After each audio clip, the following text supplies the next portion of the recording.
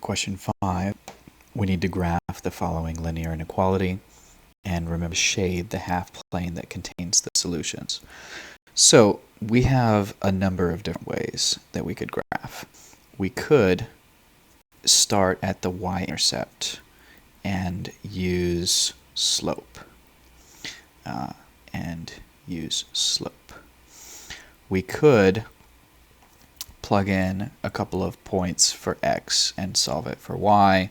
There are a lot of different options. I think the easiest way for us is going to be to use a table. So I'm going to show you how to use a table of values. I like to use an H chart for my table of values instead of a regular XY chart. Normally people will make an XY chart like this. I like to make my XY chart like this. Okay? And this only works when you have y is equal to, less than, or greater than, or equal to, and you have everything else on the left. It's not going to work for standard form, but since it works for this case, let's go ahead and use it. We're going to put x in this first box, and we're going to put y all the way on this side, and we're going to put negative 1/2 x plus 2 here in the middle. I'm looking at this negative 1/2 x plus 2, and I'm seeing that I'm going to be multiplying my x values by 1/2.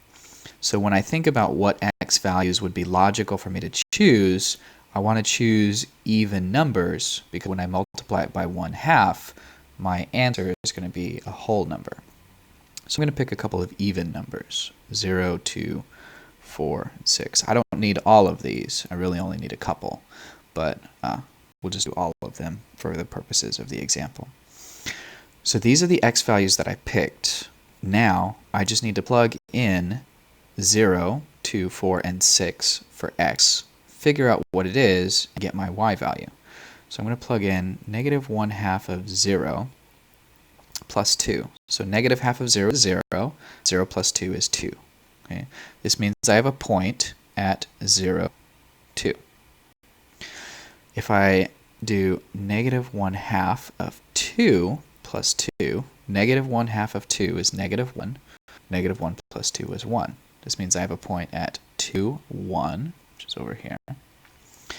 If I do negative 1/2 of 4 plus 2, negative 1/2 of 4 is negative 2. Negative 2 plus 2 is 0.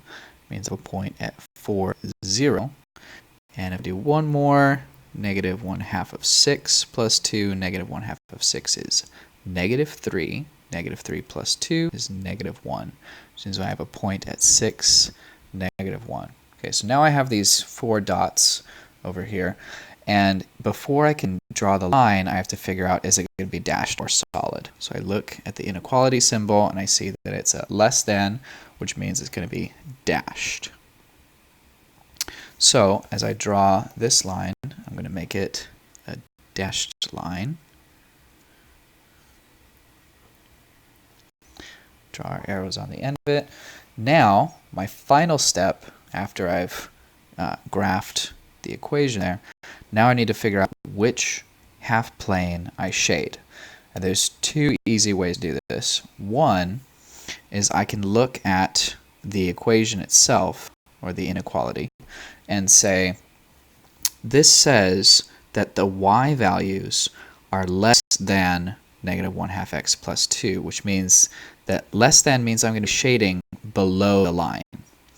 Less than means shade below the line. Okay, is less than or equal to. That means shade below the line. Because I'm looking for the y values that are below that line. The other way is we could plug in a test point like 0, 0 and see if it's true, then I shade that half plane, and if it's false, I shade the other half plane. So we're going to use that strategy.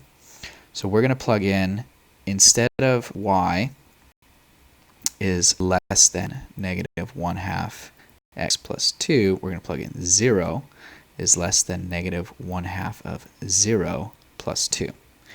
So negative 1/2 of 0 is 0. 0 plus 2 is 2. So 0 is less than 2. That is a true statement, which means that I shade that half plane. So this is the half plane that gets shaded.